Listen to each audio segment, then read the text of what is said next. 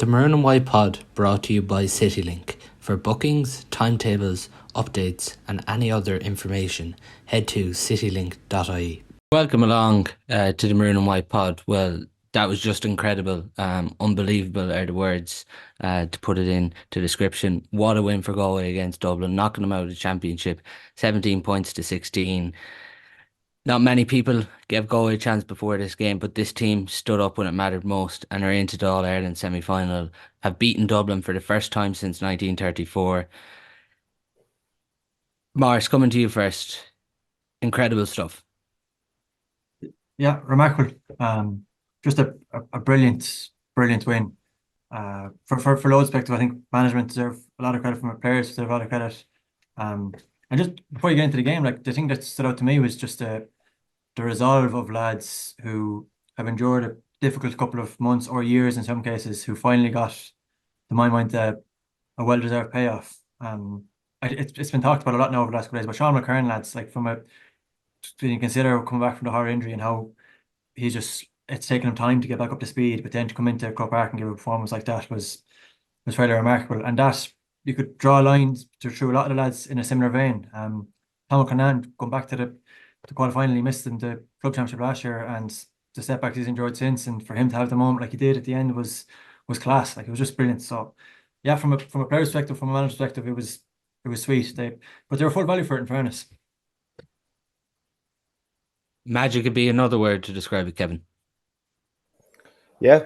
Look, there was an awful lot of talk going into the game. Would the team that was announced, would that team start? And I think when people realised that team was going to start, there was hope turned to a bit, a lot more to reality here, because I think that team on paper was probably Galway's most balanced team all year. All the big players starting was just massive, and sometimes that channels down into the whole team. When you look around you and you see all those big players around you and playing, and then you have the mix of some of the younger lads like Sean Fitzgerald now, Johnny McGrath, they're still very young, and it makes it a lot easier for them because the pressure's off them. And I think Galway will be absolutely delighted. A brilliant last quarter. I know we'll be talking about that later on in the programme, but no, it's big day for Galway, a big day for the fans, and massive for this group and massive for the management, because to beat Dublin first time after 90 years, like it's historic, really. So no, absolutely, hats off to the full group for what they achieved last Sunday. Maurice, as well, like as a county, I know 22 is obviously a highlight, getting to the All-Ireland final and everything. But in the past, Croke Park hasn't been a happy hunting ground really for Galway football, when you consider we had a bit of a Croke Park hoodoo where we hadn't won championship football in Croke Park for a long time, only up until recently. We've broken that duck, and like even after that game, Galway fans were enjoying this. There was no Galway fans racing off after beating Dublin. No, there wasn't. And it's, speaking from a selfish perspective, when you're covering 4 games over a weekend and you end up spending 20 plus hours in Croke Park, it's a testament to what the day should be about. Like, it kind of drives me mad. People kept talking about the atmosphere in Croke Park yesterday. The atmosphere is a response to the action on the pitch. The action is what generates an atmosphere. It doesn't work. This is not an inverse relationship. The crowd can't generate that. So what you saw on Saturday was a response to what happened on the field. It was, it becomes mutual afterwards, but that's exactly what happened. Galway players stood up, fans were relishing it. The atmosphere around the ground for that hour was absolutely electric. And yeah, it was kind of cool to see the lads milking in afterwards. Park even referenced it afterwards that they might get a bit of stick for the way they celebrated. I honestly don't think so. I think most people are fairly level-headed about it and realise the significance of it, but also realise that come whatever it is tomorrow night in Pearse Stadium, when they're getting back together, they're not going to be just going to be parked already. Like, they're already going to be looking ahead to the Donegal. I would say they're from Saturday night on, their analysts were already looking at Donegal. That was very in the back of their mind, that they knew that was the most likely outcome, and they're starting to prep from it. So they celebrated it, and they deserve to. The way they celebrated is so refreshing, though, Kevin, because sometimes we don't always see that. No, but it was a well-earned victory, and sometimes we do get caught up in the moment, and there's nothing wrong with that. It was my 9-year-olds and 7-year-olds first time ever in Croke Park, and I brought them up, and even seeing them, like they were just really loving the whole the atmosphere, and the players coming over to their families afterwards, and it's just, look, that's what the GA is about, isn't it? It's the community, it's your it's your families and your friends, and that's what it is about. So I wouldn't even worry about over celebrating, not celebrating. It doesn't matter, like the heads, whenever they train again tonight or tomorrow night, they're going to be so focused. They know, look, it's Donegal in 11, 12 days time. That's where it's all going to be about. Enjoy the moment, and they would have, and they deserve that.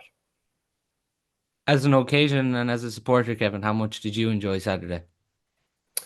I really enjoyed the build up as well. Like, we went in there, like I got the second half of the Armagh Roscommon game, and that game kind of filtered out, and you were kind of just waiting for what was Galway, what the team selection, and waiting for that announcement to come, and there was a lot of talk on the first 15 minutes and making sure that we that Galway really stay in the game. But overall, I think for everyone that was in Croke Park the last day, it was just very enjoyable. It was a brilliant game of football, 33 scores, like loads of shots, massive work rate, block downs, intensity, down to the very, very last kick of the game. And that's entertainment. That's what we love about the game. And I think we got real value for our money last Saturday. Do you find it hard to control the emotions, Maurice, in the press box? No, not particularly. You get a bit of slagging about that, right? But no, I like to think I'm cool, calm, and collected. I'm sure somebody will have a clip somewhere that begs the difference. But no, look, when you're working, you're kind of, the nature of my industry now, Paul, you're working on the whistle. Like, you have to have copy basically good to go as soon as the game is over. So you don't have time really to be whatever it is, put your head in your hands or anything other than looking at your laptop in front of you and the game itself. So it forces you to be a bit more measured, I suppose. Just finally, before we get into the game, there was emotion there, even when around all Galway supporters after that full-time whistle, Kevin, on Saturday night. Yeah, because you see, it was the third game in 14 days, and you don't have an awful lot of time to prepare. So therefore, you don't have an awful lot of time to think, and sometimes that's good.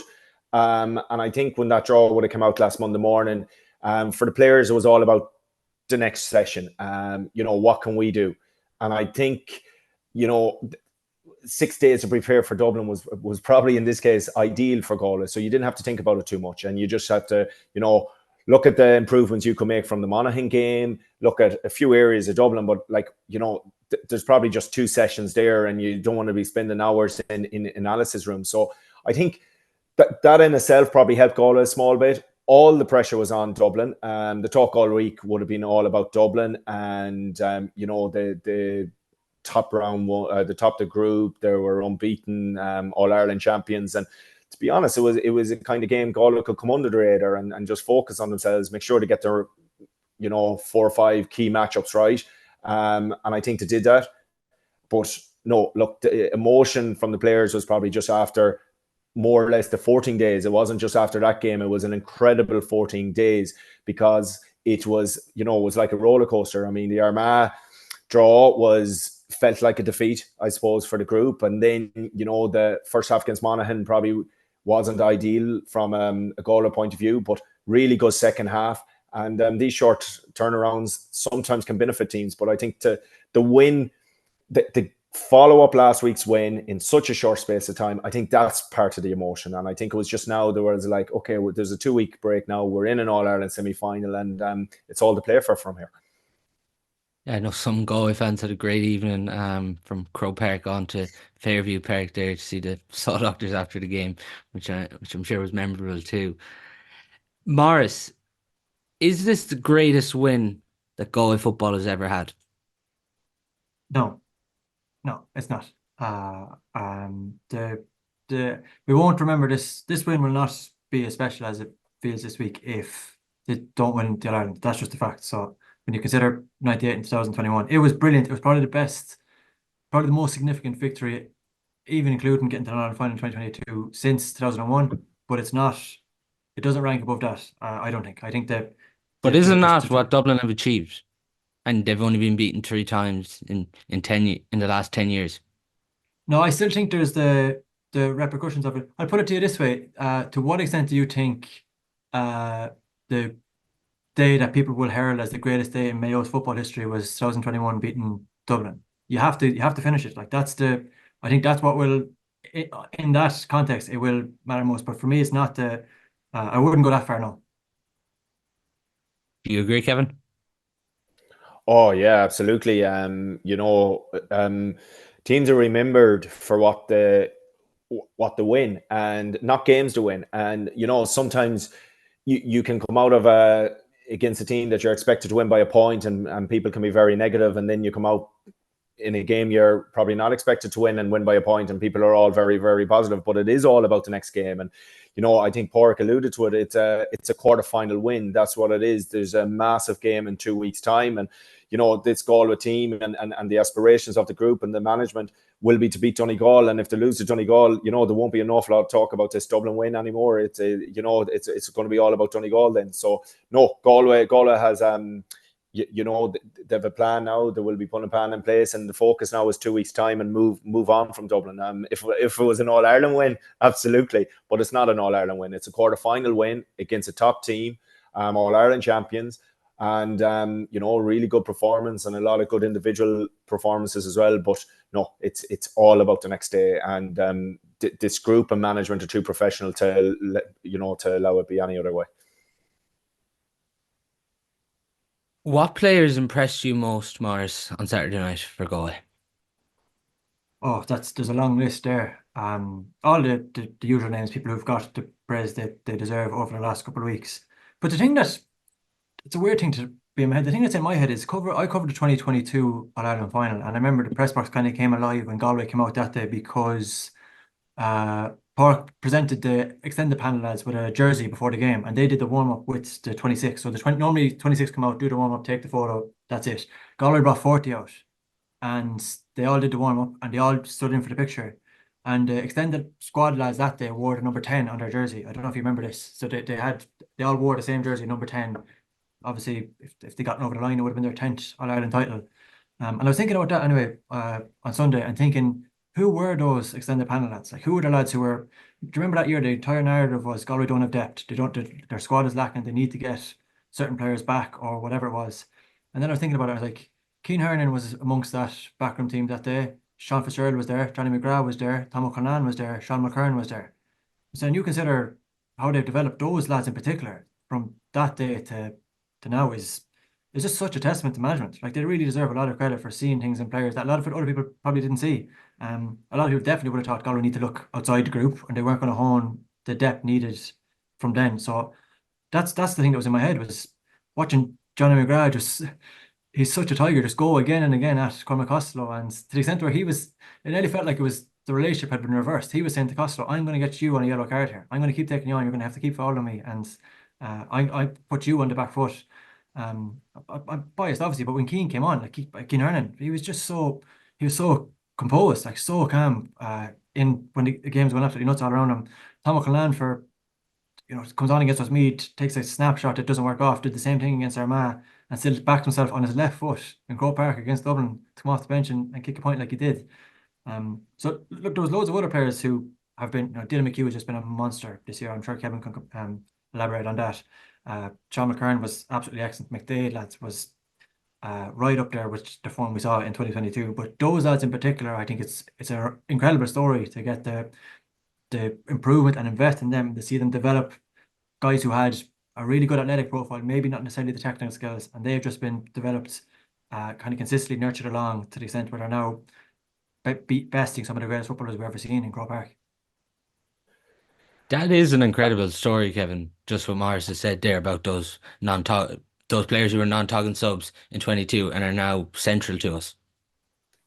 Yeah, and I think that's why sometimes, as people that watch football and that's involved in football, patience is an awful important thing. And I think, Amen. Yeah. what Gola has, this is Porrick's 5th year. So all that group has been under the same manager, and that manager has been part of their development as well. But, I think it takes time now. I think intercounty football is at such a high level that going in after under 20, and because under 20 now has gone down the year, it used to be under 21. It's extremely hard to go from an under 20 county player straight into an intercounty setup. It takes 3-4 years. And when you look at the full back line, that's the same full back line that started in the All Ireland under 20 final in 2020.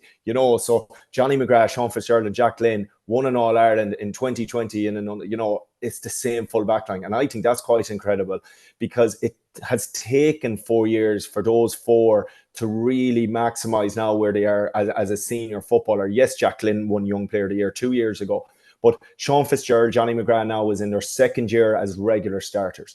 And there were 2 years kind of, as part of the panel before that. And that's the time that, if you change manager, sometimes you don't see it in teams, while the consistency in management, the consistency of that group grown together has been really beneficial for Galway. But the other kind of side of this is the half back line did not play against Mayo last year in that knockout game either. Liam Silk was travelling, Dylan McHugh was injured against Mayo in that game, and Sean McKearns was injured. So for that half back line now has added real depth as well, because, Liam Silk, after his year travelling, I think it really is, he won an All-Star 2 years ago. He's really added to the depth. Sean McKearns after, over a year out.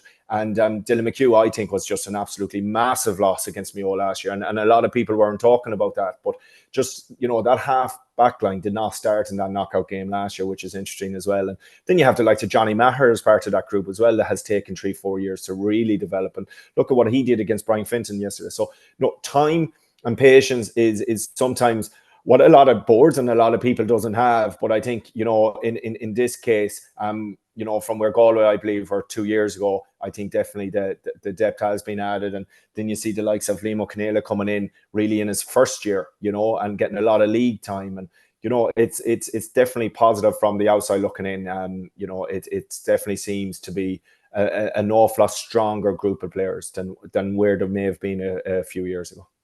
And Liam O'Connell being on McFitz at stages as well, like doesn't get much harder than that in a championship game. Yeah. But just something that's obviously being talked about today, I know I've mentioned it before on the podcast, but Maurice, there has to be huge credit given to management with how many players have come from the 2020 under 20 team. There's players that have come from that team that aren't involved in this year's squad, but over Porrick's term, the amount of players that have come from that squad, even outside of the starting 15. Yeah, it's just a remarkable transition, really. And again, I think it hints at a ticket as a whole. Like, I actually think the lads as a whole are involved in this, and maybe in terms of nurturing lads too. But they have an uncanny ability to spot things in players, or spot a specific role that needs filling, and go and find the guy.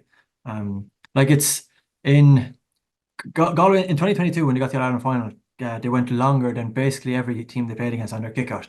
That's the way they like to play it. They like to go incredibly long. A big part of that was Patrick Kelly. So we all, he's been injury blighted since, which is desperate, but they needed to fill that void. And it was just funny that the first 2 kickouts, they do the usual thing, their go-to option. Every single year is Damien Comer down the middle, doesn't work out for 2. And then that's the high cluster breakaway and go to the opposite wing. The exact same thing they did in 2022. At that time, they went to Patrick Kelly against Gavin White on the Davin stand. This time, they went to John Maher. He's the guy who has become to go to. Cian Darcy's doing a similar thing as well. So they just spot guys who have a very particular skill set that they need, and then they just develop them seamlessly. Cian Darcy is a perfect example. The way that huge athletic profile, maybe technical skill-wise, wasn't quite at it, and they've just developed him rapidly in the last couple of months. So they deserve that. I think there's an absolute skill in management. A lot of people would like to think that they can identify the right players, but actually developing them, that's hard. Like, that is a really difficult thing to do. And when you look at their track record in that regard, it's amazing. And even, Kevin, with this, like, if someone said to you in 22 that Galway would beat Dublin without John Daly and Kieran Malloy seeing any game time, Yeah, but you know that's the involvement of the team and also the strength and depth and the competition that's within the squad. What's really positive about this is John and Kieran are still part of the squad and very much involved. And I would be a bit surprised to see them involved against Donegal at some stage. But you know, the reality is now there's two players fighting for each position, and that's really important. And Morris alluded to the big players around the middle third. You know, Galway loves the idea of a big half forward line as well, and you know, great targets for the long kick out. But you know, it's still having the best players available to you that you can do that. And I think the last day, you know, the best players available to Galway were available on the day, and that's including the panel members as well. And you know, that's what probably was missing last year, with lads traveling, with lads injured. It's just kind of came at the right time. Now, again, we don't know the injury status of the likes of Sean Kelly the next day, and that will be, you know, probably a little bit of sweating over that in the next couple of weeks. But you know, I just feel that Galway, you know, and I spoke to you, Paul, on this podcast, you know, going into the London game, and it was all about the injuries. And I think the talk all year was about the injuries. But yeah, always have to take a step back and look at the bigger picture. And I think, you know, the key thing was that there weren't very serious injuries from a long-term point of view. They were long-term from, in a sense, in February, March, April, and lads missing full national leagues and stuff. But from championship football, like, everything went down to the last 14 days for Galway football this year, you know, between the game against Armagh, Monaghan and Dublin. 14 days can make or break your season. And if Galway were to lose the last day, it would have been all about that and the draw against Armagh. But by coming out of the last day, having the 14-day break now, really getting their heads right, 14 days to look at what Donegal will bring. And if, you know, there's good news on Shane and Sean, then, you know, Galway have just timed it absolutely perfect. And, you know, really this is the perfect place for management. But people just get, you know, when you're outside the loop and you're not sure what's going on within setups, I think people does overreact a lot. And I think, you know, National League is one tournament, the Championship is the other, and it's all about Championship. So on the first half, 11-7 down. Morris, is it fair to say lucky to be just 11-7 down? Yes and no. Like, Dublin were better and definitely were carving out opportunities pretty easily. And when they click in that half, they are frightening, like, aren't they? Do you know the point that's in my head is Niall Scully kicked the bomb into Paul Mannion and he got to mark and then just decided to play on anyway, kicked the bomb into Conor Callahan, and Brian Fenton was coming off his shoulder like a train. He popped it over. And that when they're carving teams like that and those back-to-back long kick passes and they're all clicking and you've got runners off the shoulder, you're like, this is ominous enough. But I have to say, I do think the one thing from a goal is, like, if they were being completely strangled and not carving out chances, you'd really worry. Whereas they were actually, you know, Damo had a couple of wides during that stretch. They were getting shots off. They were, even when their kick out was under a bit of pressure early on, they went to Damien twice and then went the other side to Maher. They were starting to come through it, like starting to make slight alterations. So even during that stretch, it's easy to say in hindsight, but I wasn't necessarily, you know, overly panicked that they're going to be completely out of this game here. I thought there was maybe a semblance of a couple of small things that needed to be tweaked. A lot of the matchups they got right, but decided to go away. Like, Liam Silk, I thought was doing okay on Conor Callahan, but probably saw what was required definitely in that sixth channel and brought him out and sent Sean Fitzgerald back inside him. So I didn't think they were in awful nick in the first half by any stretch. It was just important, though, the couple of scores they got to stay within touching distance, Kevin. They were vital because, like, at stages the hill got loud, Dublin got into the flow. Even when Marsh talks about that point with Fenton coming through, I know Con has a goal chance and it's a terrific block down there too. But it was just important to just stay with them in that opening period.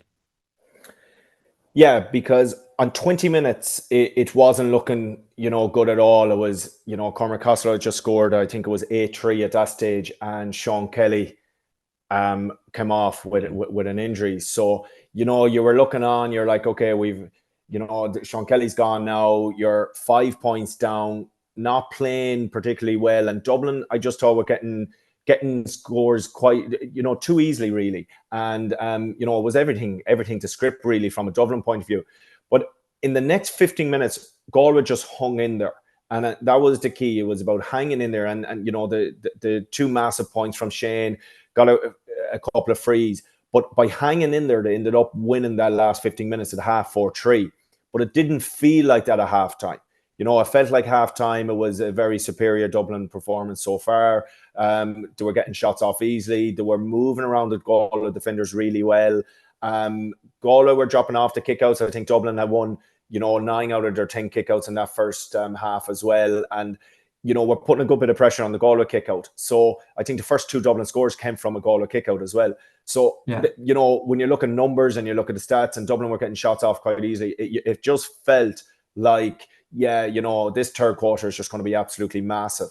But at the time, I think at 20 minutes, Galway just kept in there. When you've seen in the past a lot of teams just, at that stage, 5 points down, losing their captain, it can go the other way very fast. And by just hanging in there, the scoreline at halftime, probably, it was a fear, but I think the 4-3 margin going in the last 15 minutes of that half was really, really interesting, because it didn't feel like that at the time. It didn't. You wouldn't have felt that Galway had won that last 15 minutes 4-3 at halftime. And lads, what about Shane? The scores he kicks in that first half. Yeah, the first one on his left foot is just from a technical skills perspective is absolutely outrageous. Like, it is a genuine wonder score. He sings, if anybody doesn't know what I'm talking about, he sits John Small, he swings him right, sits him back on his heels, come back on his left, absolutely skies it. Like, he's kind of coming back, he's nearly coming on his back step there, skies a shot up, and still managed to get it to curl into the hill. Yeah, and the hill nearly led a bit of a way, like that. That it was going wide. Yeah, it was just that was an absolutely outrageous score, and that, just to double down on what Kevin said, I think that was a testament to the Galway in that stretch. They just dug in, like they pulled off some massive moments. I thought that was a big moment. I also thought a big moment was maybe 20 minutes into the first half. Sean Bugler is driving down the end line, coming in along goal, and he stood up on the edge of the square. He pops the ball back aside to James McCarthy. It goes to ground. Dylan McHugh goes down it, and he's fouled. He goes down, and they win a big turnover there. But the fellow who stood up Bugler when he's coming in there was Shane Watt. Shane was on the edge of the square, just stood up, a brilliant tackle. He's not going to get the praise for that stuff, but he will internally. But I thought that was during a stretch where they were under serious pressure. That was a really big bump just to stem the tide there. So, he was, during that stretch particularly, he was amazing. He really was, Kevin, in that first half. Yep. And, Dublin, the thing about the first half, Dublin would have probably felt like they should be more ahead. But I think overall, they would have been very, very comfortable at halftime. I think that you can nearly visualize the Dublin halftime talk, keep doing what we're doing. Maybe, try to raise it. I'd say there wasn't even an awful lot of talk about intensity, because Galway weren't really showing an awful lot of intensity either. So you see, if Dublin would have felt if we just keep doing what we're doing, we'll be fine. And I think that's why Dublin struggled so much in the second half, as Galway came at them. Galway really, started pressing the kickouts, started getting a lot more aggressive, and Dublin just could not find that third gear. And I think that was the big difference between the first and second half, was the intensity levels of Galway. They were played an awful lot more higher up the pitch. They were getting shots off, one in nearly every 2 phases of play. Like, they were really, really going for it.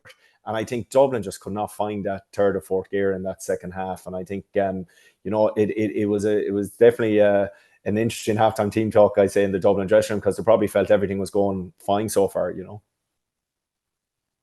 Was aggression in our tackling the difference between the first and second half?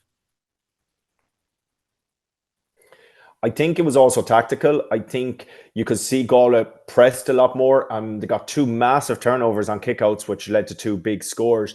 They were dropping off an awful lot of kickouts in the first half, while, when they dig, you just felt that they were in front for every ball in that second half. They were really going at it. But it was, to me, the biggest change was it was that they didn't give up. In that third quarter, when they got within a point, you felt something's happening. Dublin comes up the pitch again and gets another 2 scores. And they keep that margin to 3 points again. And when that stage of the game happened, I felt Galway had done, they had worked so hard to get within a point. I think it was on around 50 minutes. And 5 minutes later, they found themselves 3 down again. But to come back from that again, against a team like, with the experience of Dublin, and I think that probably hasn't been mentioned enough. I think that is something, you know, that you love to see in your team, that never give up attitude, you know, that real belief that keep, you know, hang in there. And in the last 14 minutes, they won the game 6-2. And, you know, from a physical point of view, from a mental point of view, that was just absolutely massive. Morris, on that, because like at halftime, I was sitting in the Davin stand myself, and the conversation really around Galway fans was this could get away from us really quickly at the start of the second half, because we all know that third quarter Dublin can be really powerful in, but it showed the intent winning the ball from the throw-in, and Killian McDade sends it over straight away. Yeah, it's funny. Like there's a psychological thing in is there an act? Is there something you can do at the start of the game to send a signal that we're on it here? And the fellow who tried to do it for Galway both times, I thought was McDade. The very start of the game, the first half, when Dublin win the throw, and he just don't Scully out over the line, and it's a real kind of, I thought, a statement that, you know, we're here, I'm here. He looked incredibly up for at that stage, and then yeah, as you mentioned, it wasn't. There's no getting away from it. It wasn't Mastroianni's best day, but just absolutely soared in the air, won the throw, and Killian Day just demands the ball off him, coming on that cut into the Dublin end, and skies a shot. And yeah, it was suddenly like just 3 points here, and that's going back to the ring, and that's just digging in, just eking out those kind of hard yards. And from you kind of got a sense that as Galway started to, their belief was growing in tandem with what they were doing tactically. Like as they started to press the kickouts and started to get a bit of change, that started to filter through the team. So I thought, you know, Damien Comer very obviously to me kind of decided, okay, it's not happening for me from a finishing perspective here, so I'm going to become a creator. I'm going to try and facilitate around me, and dived at that kick out to you know, got his hand to the cloak someone for just Shane Walsh point, and then there was a brilliant. This was Galway '98 stuff, like McHugh running up the line on the home stand, kicked a massive long ball into Comer, and he wins it out in front and pops it to McDade for that point. And then he's obviously the one who sets up Tomo at the very end as well. So he just, again, was pretty creative in how he decided, okay, I can't influence the game from a scoring perspective. Something that's happened to him in the past, happened in the 2022 final. What else can I do? And this time he found a way. Yeah, the start of the second half, there's three crucial misses that we really have there. McDade plays a ball to Comer, it goes out over the sideline, but in fairness, he's been put under huge pressure. He can't do much there. I think Conroy misses one, Comer misses one himself. At that time, Kevin, you were just wondering where those misses going to come back and bite us. Yeah, and it was worrying, I suppose, in one aspect. But Dublin weren't firing either. I felt Dublin at the same time had 2 or 3 really poor misses as well, and the key is those misses. If the opposition is really punishing you, that's when you really find them. But Dublin weren't really punishing Galway, and you could see that Dublin were just a little bit lethargic as well, and they felt that there was just no urgency, and because there was no urgency in the Dublin play, Galway were, you know, allowed grow into the game. That was a period of the game when Dublin should have went and, you know, went 4, went 5, went 6. That you know, we're so familiar with Dublin teams in the past. But there were, you know, a few hand passes were going astray. You know, there was a couple of, you know, poor wides, and all of a sudden Galway, even with those couple of misses, they were hanging in there. And you know, Morris's point there, when he said about, you know, when Dylan McHugh won the ball, if you watch the back, like his head is up all the time.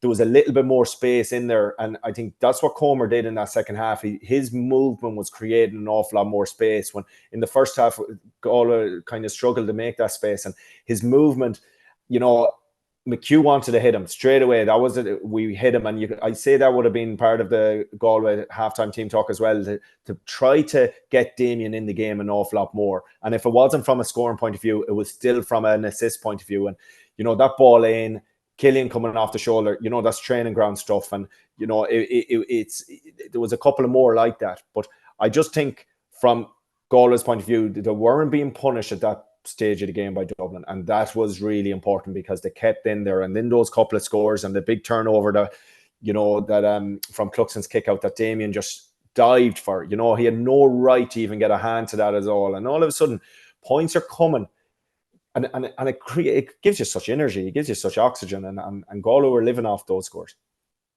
Yeah, even with the scoring power, like Morris, obviously Damien hasn't had games this year, so he wasn't going to be at 100%, but he still offers so much, like as you talked about his big moments there on the kickouts. But even like I know Sean McMahon was on him, and Dublin nearly wanted someone else close to him. He was still nearly occupying that one or two Dublin players away, which was freeing up space for other players. Oh, yeah, 1,000,000%. That's a great point. I think it's something that is overlooked a lot when people talk about the ideal forward combinations or what impact is a player having structurally on the opposition. Like I'd say, I think I said it to you before, Paul, after the Derry game. You go back and watch the goal in the second half. The Comer doesn't touch the ball, but he has a crucial role in that because he's running towards the far post, and Chrissy McCoy, when there's a man in front of him who has the ball, who is in imminent danger, he's more occupied with Comer, understandably, because he's such a physical presence and he's a guy who occupies people's thoughts. And I thought that was very evident.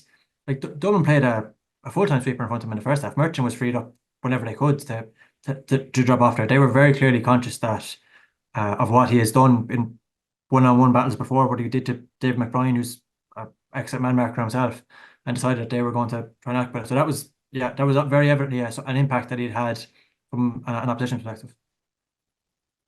Just on Dylan McHugh, Kevin, because he's someone we mentioned, and you've obviously worked close with him. He was your captain last year when you won the county title.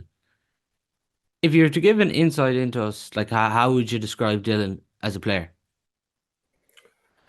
Like Dylan, I suppose he brings an awful lot of energy, and he's so multifunctional from a defense point of view. Like he's really strong in the tackle, and he's excellent at reading the game. The way Galway would have played, sometimes he finds himself as a sweeper. Sometimes he's excellent at reading the game, but it's his pace to go forward.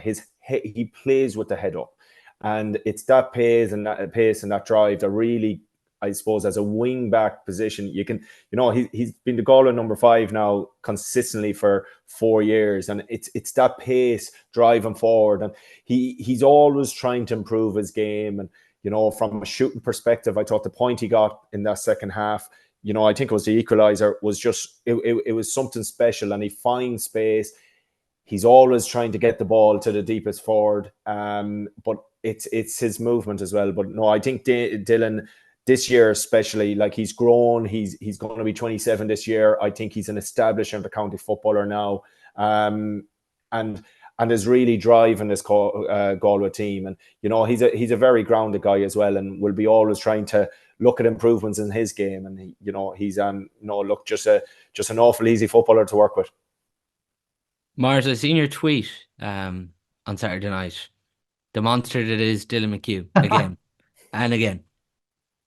I tweeted that actually during that stretch. There's 2 equalisers from a Galway perspective. There's one where Keane Darcy kicks point 14-14, they go up and kick point 15-14, and then McHugh kicks his point. But if you watch McHugh's influence it's as clutch of 3-minute spell as you'll see in the championship this year. Like it's after Comer's got his hand on the kick out, so Cluxon does his usual thing. There's a full squeeze on here. What do I want to do? Box, Hogan stand side, and you've got John Small at the front of it, Brian Howard, Brian Fenton, and James McCarthy. Those 4 under Hogan stand, that's money. And he goes to that. And the player who gets above all of them is McHugh.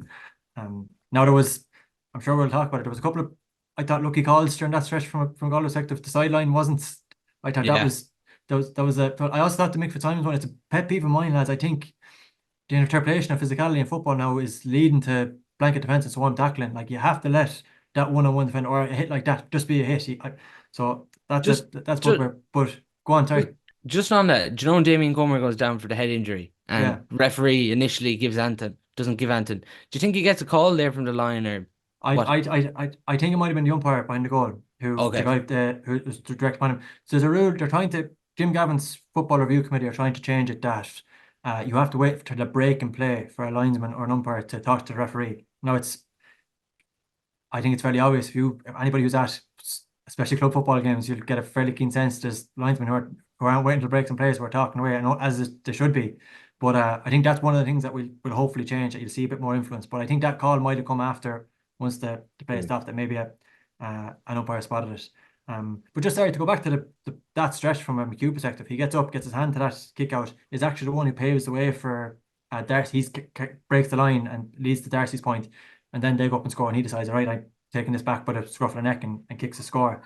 And Paul, I watched the Armagh game and this game back from the behind the goal camera, the last 2, and there's no if you're a coach or if you're anybody and you can get your hands on the behind the goal camera for this game, just watch Dylan McHugh, watch his play specifically, because it's one challenge is trying to get a player to realize their own job. Another challenge is getting a player to realize a collective job. And Dylan McHugh has an amazing ability, like an absolutely amazing ability to appreciate when do I need to drop off here, when do I need to drop back in and get us out, when is there a full court press and I need to break a line. He's got such an unbelievable appreciation for the space around him and what is happening to Galway structure. He's become an absolutely invaluable player. Maybe he always was, and a lot of people overlooked how important his absence was from the Mayo game last year. But I don't think anybody is going to be sleeping on him this year. He's a lock all-star at this stage. Will you be giving him an all-star, Maurice? Well, if I can't give away anything about that process, Paul, you can't talk about it publicly. But if I had to give a vote, he'd be getting it. Just someone that we actually haven't mentioned, and it came in from a listener, Brendan Tierney. Cian Darcy. Like, we lost Sean Kelly and he was a massive loss to lose, but geez, like even Cian Darcy, even in the first half, Kevin and I thought his ability to even finish his runs were huge. Yeah, and I suppose Keane came in there and 20 minutes, but Keane has played a lot of football this year. I mean, even last year getting to a Dublin County final with Ballyboden, and all of that has been part of Keane's kind of development in the last year or two. And he's played underage for Galway, and like I just think Keane coming in the last was just he brought strength. He can interchange there with Maher quite seamlessly as well, and that can sometimes work in Galway's favour. A lot of the time, you can see the way Conroy, Maher, Cian Darcy can, they're constantly kind of moving and interchanging there, and he's had a really good National League as well. And I think he's one of the players that Parks trust. Croke Park the last day just suited him. He seemed to just break lines. He's very powerful. And he was very influential. And I think, definitely, losing Kelly, you would have been very worried at that stage. But no, Keane brought an energy about him. And look, very, very impressive 40, 50 minutes from him. And I think, will certainly be pushing to start the next day. And Marsh, that score he kicks it's a very good score, because Keane hasn't always been predominantly known for his kicking. Like, it would be more so the breaking ball around the middle third. Yeah, I thought it was noticeable to me, like psychologically, that Galway just seemed so in their element. Like, they were ultra composed. Even I never got a sense of panic about them. And I know in the review of last year, they did some stuff with Ronan Conway, who's like a team facilitator guy. But one of the things that was talked about was, did they have a psychologist? Like, Bernard Dunn was there in 2022. Obviously, is this something that they were looking? And they obviously got Anne-Marie Kennedy, and you're trying to look at. I definitely think there's a composure and a control about Galway this year that is pretty evident, that they just seem to be completely at ease. They're even talking to some of the lads after for the post-match media now. I mean, there was just this real clear sense that they were totally confident that this was coming, that there was a complete belief in what they were doing, and that every single one of them was able to execute. And that whether that be Keane or any of the lads that came in off the bench just seemed to be in their element to a certain extent. Like, they just didn't seem to be unsettled by it whatsoever, which is a really impressive thing.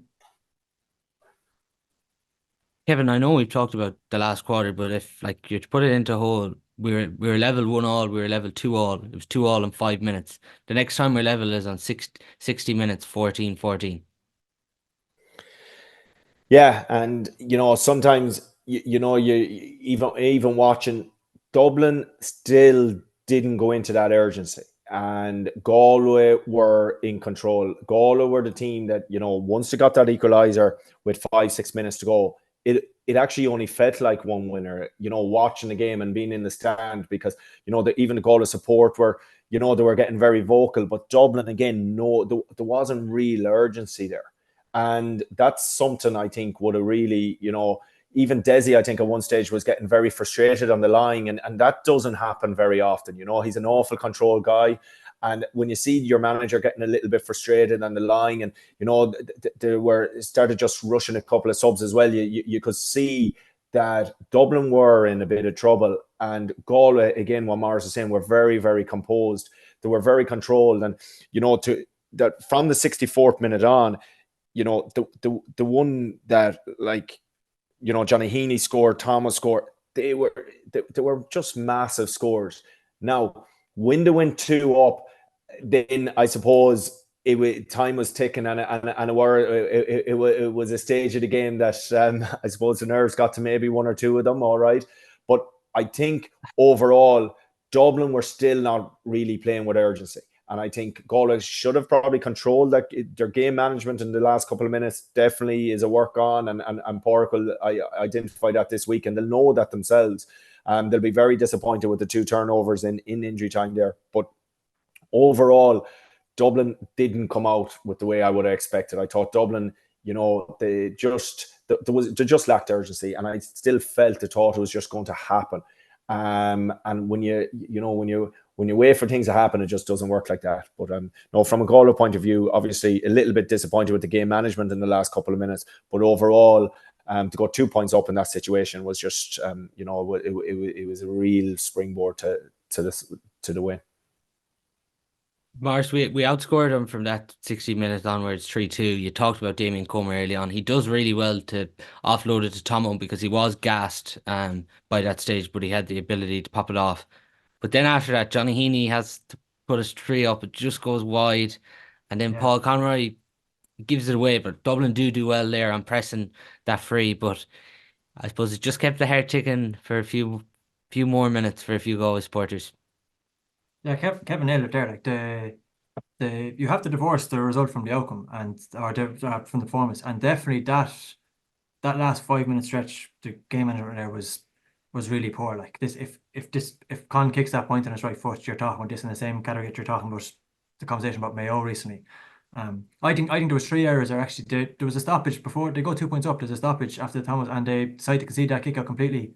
And I think against, you actually are getting your hands on crooks in here. Like you've started to, as we mentioned earlier, you're getting a bit of change out of this, and you're just inviting them on for an attack and a shot, and then giving them a chance to squeeze the kick out. And they're ideally going to get, with a referee in Croke Park, they're probably going to get the time to get that hands-on ball there. So you're essentially giving them 2 attacks there. I just don't like it. I think, and that's it, inviting them on when you're 2 points up is a dangerous game. But they obviously go up the other end and score and bring it back to 1. And then you've got two poor enough moments there. Really, is Paul Conroy is trying to pick up Comer there, isn't he? He's just the free, and it wasn't on. That's one of all the guys who wanted the ball to be in their hands at that stage, it's probably him. But it was just a mistake. And then obviously Johnny Heaney one I think is slightly more understandable. He was starting to come under pressure, and he's at the top of the D. He's in range. You're kind of thinking, okay, just back yourself and stick this. And now we're comfortable, but it obviously doesn't come off. And you can see Pádraig's reaction. Yeah, I can you imagine if Pond did kick that free, how Pádraig would have reacted. But look,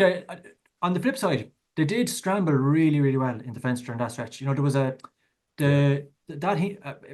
nobody's going to remember it now because Heaney kicked the wide. But before that Heaney wide, the turnover came from Bugler had a shot. He's just at the top of the D on the right hand side, has a shot there, and Cian Hernan is at full length diving on his boot, and he forces Bugler to step up.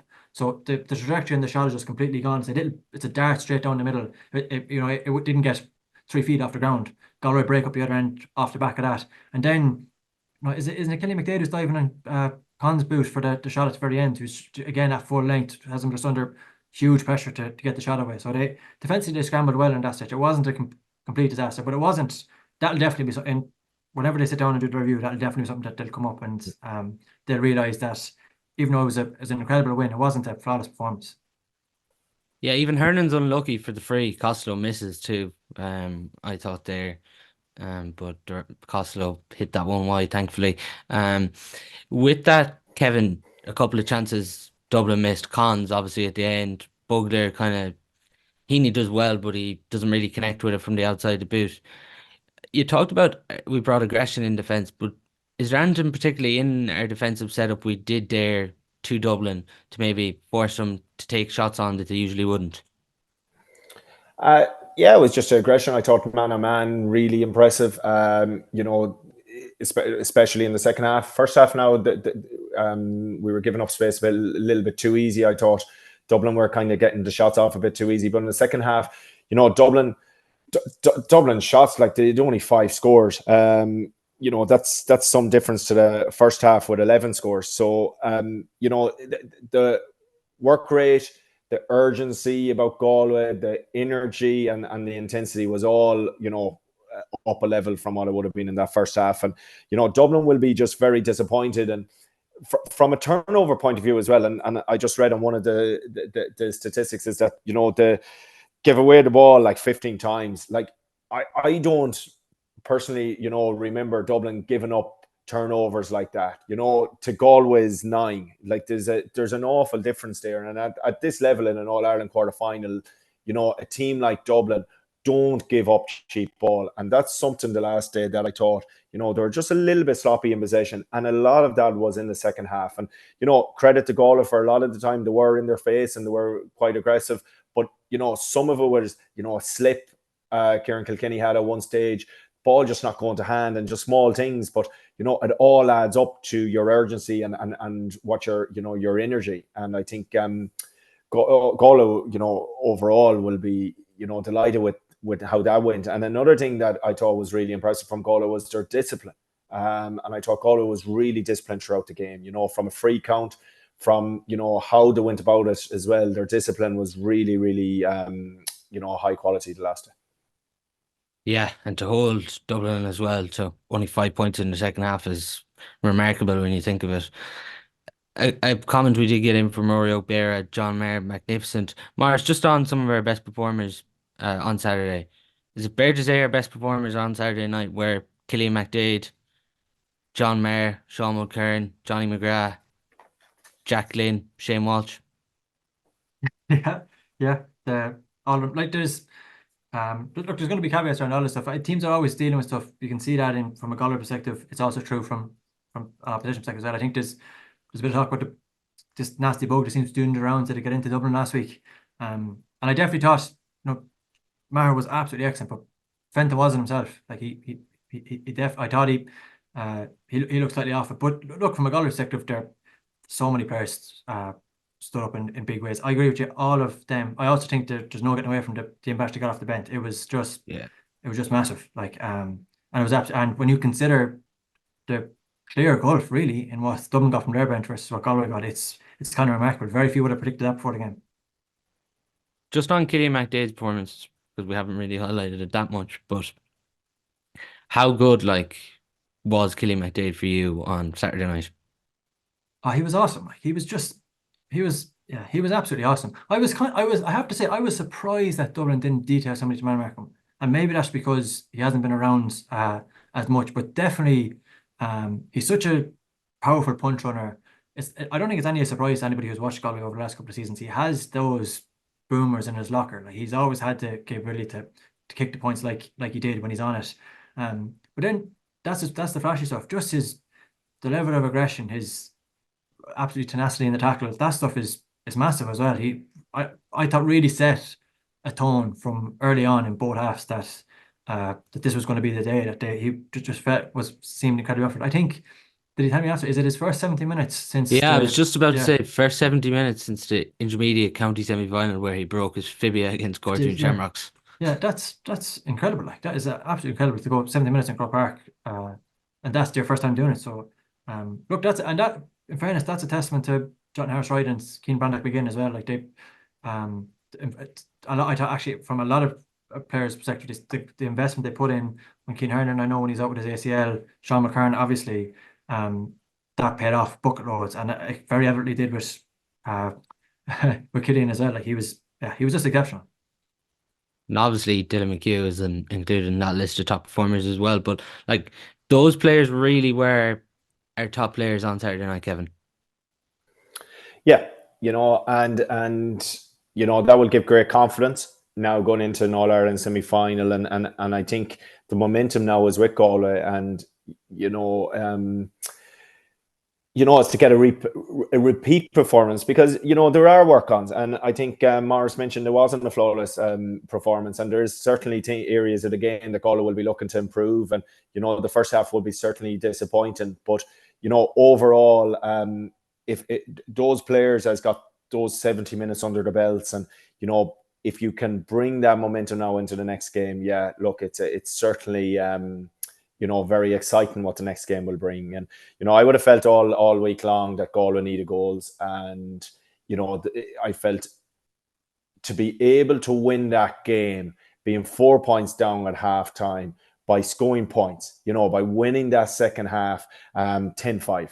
I think that's just great confidence for this team, because some of those points scoring was top drawer. Killian with his 3 points from play, Shane with the 2 points from play in the first half. Like, all that's that will give real momentum for this team. And I think look, it's probably still a better performance is required, and that's the reality, and that's the way this competition is. It's going to get more difficult again, because I think Donegal will bring a very different challenge now the next day. A nice difficult question that came in from one of the listeners. Who are now favourites to win the All-Ireland? Come to you first, Mars. Kerry. Do you still think Kerry are favourites as well, Kevin, or Galway favourites now? Yeah, no, Kerry are favourites, of course. It's you have an awful lot of All Ireland winners in that squad. They were second favourites all year long, and there's nothing to say why they shouldn't be favourites now. But I think that Kerry will have enough to beat Armagh, and I think Galway have enough to beat Donegal, and I think it's a possible repeat of the 2022 final. But I think Kerry are they're deserved favourites, but I think there's very little between these teams. You have 4 top drawer managers. Porrick himself has won 2 All Irelands as a player. Kieran McGeeney has won an All Ireland as a player. Jack O'Connor, Jim McGuinness are both All Ireland winners as managers. So no, it's a very intriguing last 4, and Galway will certainly fear no one. Just on this now, Mars, as well, because for the next 2 weeks, it's going to be, what's Shane Walsh's injury? Will Sean Kelly be all right? What do you think happens here now? It's the same as the season. I think these things are complicated, and it's hard to get full clarity around it. But by all accounts, there's 2 different things going on for both of them. It was pretty obvious to everybody in the stadium. Shane went over his ankle in the first half there, and then when he was dizzy, etc. I think those hamstring cramps have been an ongoing issue, maybe. So that's what it looked like in the second half. The Sean Kelly one is it's a real concern now. Like, it's you'd really like to see him get a bank of proper fitness, and if it takes a break this season, I know my cousin aren't going to thank me for saying that, but you just really like to see him get back to where he's at, because I have to say, Paul, these conversations about where is Sean's best position or his form, I think they're nonsense. Like, the primary thing that's overshadowing his season is fitness. That's the thing. It doesn't matter where he's playing. It's pretty obvious to everybody that he's not right until he gets right. I think all those conversations are secondary. So fingers crossed that whether it be in the next 2 weeks or if it's over the next couple of months, he can get that resolved and get back to the level we all know he's capable of. And from Shane's perspective, I just think you just have to manage it. You have to get on with this. What do you think Shane's injury is? I think I know there was a lot of raised eyebrows, let's say, after Park mentioned his ankle, when it seemed like to everybody who was in Till against Monaghan that it was his hamstring that he was stretching out, and the big ice bag that was on his hamstring when he was sitting on the bench was probably a big giveaway, wasn't it? But there's every chance there's more than one injury there. Like, that's this. Kevin will be better on this than I am, but the more you talk to international players, you realise everybody's dealing with stuff. Everybody's go up to Santry on Fridays. Everybody does injections, all kind of things are going on. It's the known unknown. It's the thing that's going on for intercounty teams across the board. It's not just a Galway issue. It's an issue everywhere, and players are right now just trying to get through it. But I don't think if you ask a player to tell you honestly, have they ever felt 100%? How many of them going out into the pitch there feel that they're at TP competition? I'd say you'd be stunned at how many would say that they are. There's a thing as well with Sean, when he came off, Kevin, he actually wanted to play on. You could see he was kind of waiting near the line, and Galway obviously had Cian Darcy ready to come on from. But like, he's still showing so much bravery. He's trying to do everything to play for Galway, but he's just having no luck at all at the minute. Yeah, and sometimes you see, that's because players just want to play. They want to play, and these are big games. This is what you train for. This is what you play for. All Ireland quarterfinals in Croke Park against the All Ireland champions. Of course, no one wants to come off in the situation, but sometimes it is just about sitting back, looking, and trying to get it right. And when you're in the middle of it, it's extremely difficult. But look, there's a medical team there. Who are we to know? Like we're on the outside looking in. We're just talking. Look, he'll be assessed. Shane will be assessed. The medical team will make the call. And look, those lads, we all know they want to play the next day. But the other side of it is as well is, you want to make sure that you're starting with the best available team, and you also want to make sure that the players to come in are chomping and ready as well. So, no, look, it's only speculation at this stage, and I don't kind of want to get into that, and I don't like going into speculation because that's all it is. The 2 weeks will make a difference. 3 games in 14 days is extremely difficult when they're all have meaning. There's a consequence on each of them. And I think Galway will just be delighted now that there is a breather there that can regroup, that can, look back at the game, get time. Like 2 weeks is a long time. And they haven't had that in the last few weeks. But no, look, I'm not a medical expert, but it is just worrying from a Sean's point of view because it looks like a recurring injury. And that's when I say it looks like, that's my personal opinion. It looks like it was the hamstring again. And if it is, he has had history with the hamstring. And that's, that's the pity about it. But look, Sean, he's absolutely been an incredible captain to this team for the last few years. And, he will do everything in his power to be playing for Galway in 2 weeks' time. Donegal's obviously going to be a tough one. Maurice, obviously, PJ and Jim McGuinness played together in that 1998 Sigerson Cup team. On that, interesting to hear Jim McGuinness speak so positively about Galway in his post-match reaction yesterday to his side's victory over Louth. Yeah, it was very interesting. Look, he's very familiar with some of these lads and the team. It's an very interesting matchup from a Galway perspective. Like they're kind of a pace versus power thing going on here, where you've got a really monstrous Galway half forward line and a really athletic Donegal half back line who drive so much of what they do. Like Morgan and Ray McHugh in particular were savage yesterday. And it'll be particularly interesting to see what the Galway decide to try and zone and free up their +1, or do they decide to bring in somebody who's going to tag one, if not both of them.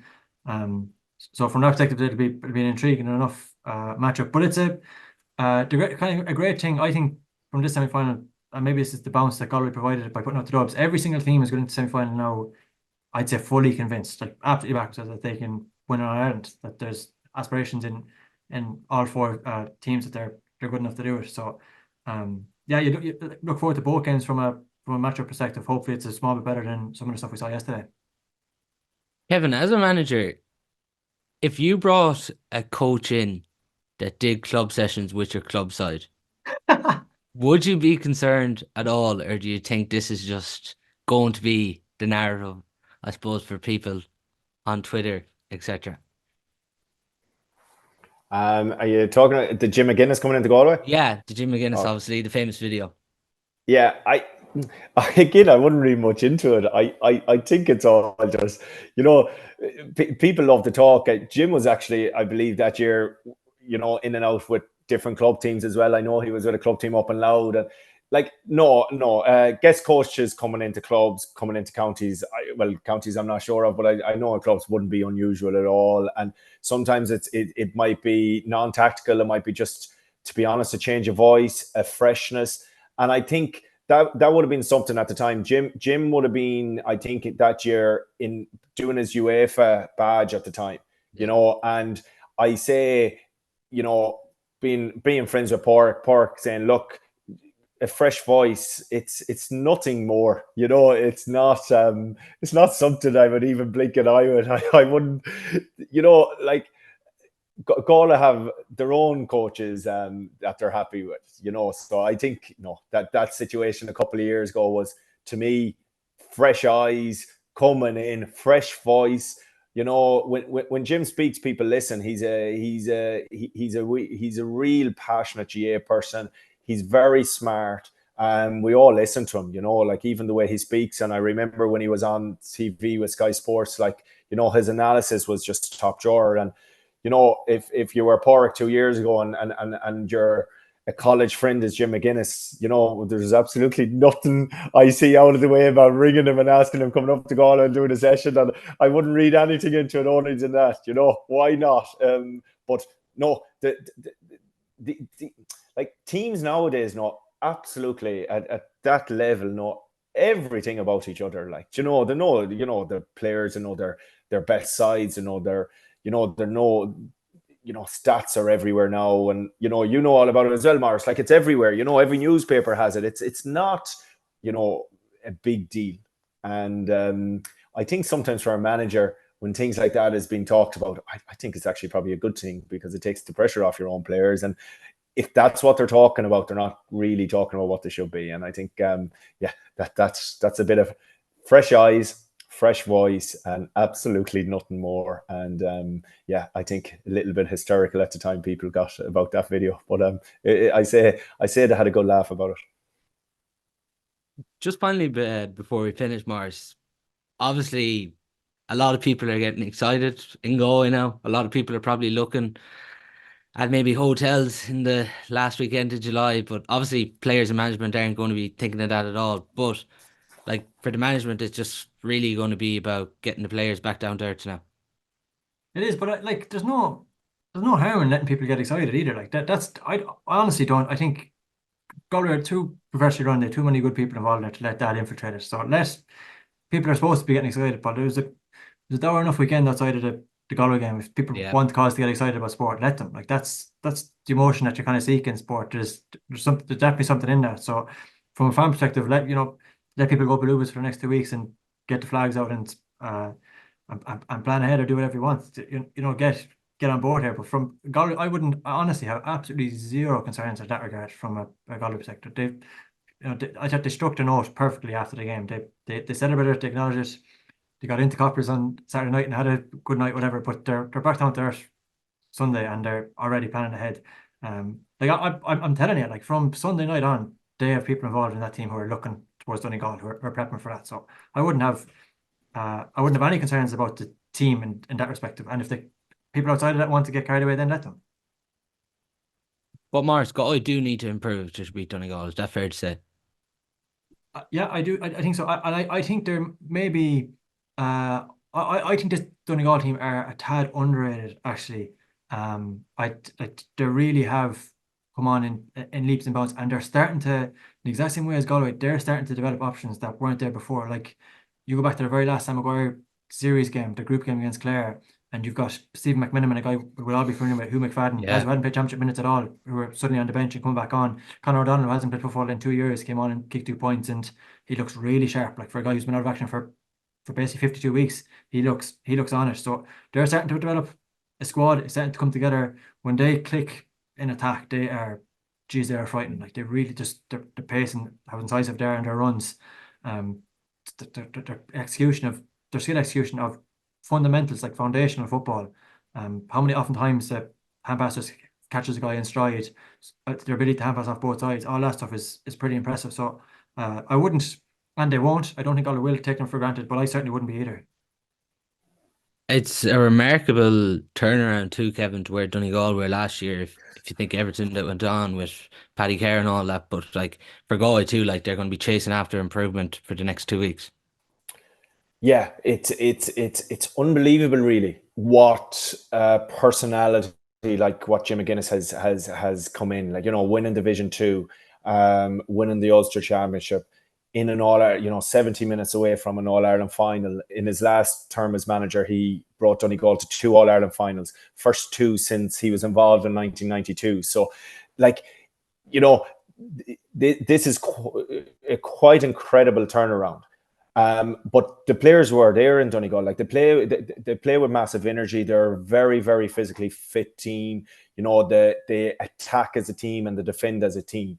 And, they have an awful lot of pace throughout it. And then you have the likes of, players like Ryan McHugh coming from the wings. And like they've just played with such the play on the front foot. And it's quite different to, I suppose, Jim McGuinness's philosophy back in, maybe 10 years ago, that, every time they get the ball, they want a shot as a result, and that's a forward-thinking team. That's a team that wants to play on the front foot. It's a team that wants to play forward. So every time they get the ball, they're trying to move that first ball forward and get a shot off in that phase of play. And I think, that will cause Galway trouble. And it will be a different challenge than what the Dublin one brought, because the Dublin one, you're coming in under the radar.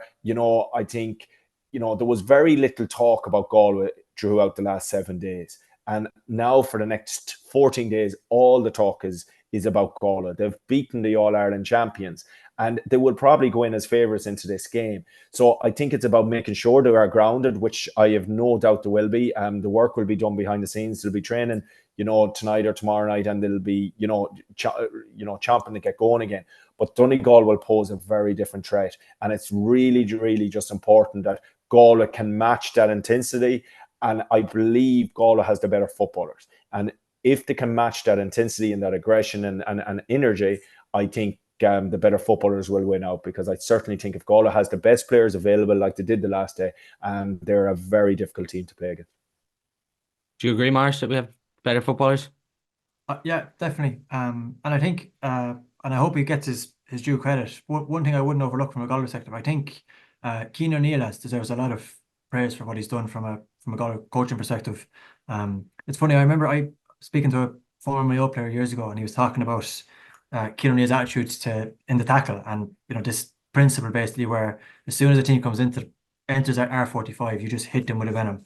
And there was a couple of moments definitely in the Dublin game where that was ringing in my head. When you watch Sean McKern, I thought he was actually harshly penalised for the Jack McCaffrey one, but geez, he lined up Kieran Kilkenny and he went Balubas when they gave the free. But it just reminded me of that, just real textbook footwork, body contact, lay the lie defend. He is just all over that. He's got an unbelievable track record. Like going back to, he downed that great Kilkenny team in 2014. He was involved when carried down McGuinness's team. What he's done now with Galway in terms of that here with Dublin. So he's been a major asset. He did an interview at the start of the year as well about his own personal circumstances and how difficult the last year has been. So he's a guy in particular I'd be just delighted for from the weekend. And I think he's a huge asset from a Galway perspective for a game like this.